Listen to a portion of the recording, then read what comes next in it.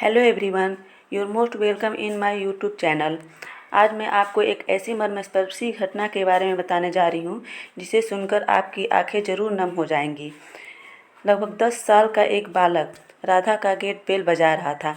राधा ने बाहर आकर पूछा, क्या है, क्यों बेल बजा रहे हो?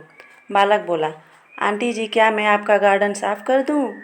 राधा, नहीं, हमें साफ़ नहीं कराना। फिर हाथ जोड़कर दयनीय स्वर में वह बालक बोला, आंटी प्लीज़ साफ़ करवा लीजिए, मैं बहुत अच्छे से साफ़ करता हूँ।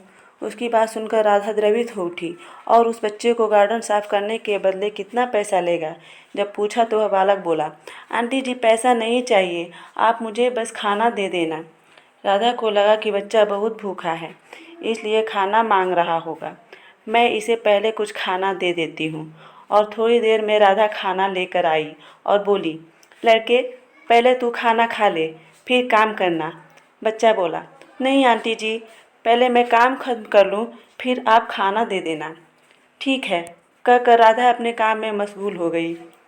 1 घंटे में उस लड़के ने अपना काम निपटा लिया और आंटी को दिखाकर बोला, देखिए आंटी, अच्छी सफाई हुई है। राधा उसके बढ़िया काम को देखकर अत्यधिक प्रसन्न हुई।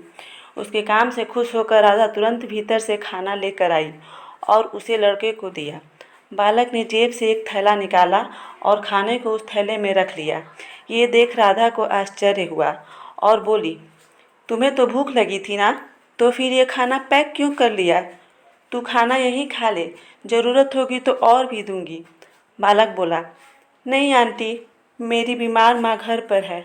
सरकारी अस्पताल से दवा तो मिल गई है, पर डॉक्टर साहब ने कहा है कि दवा खाली पेट नहीं खाना है।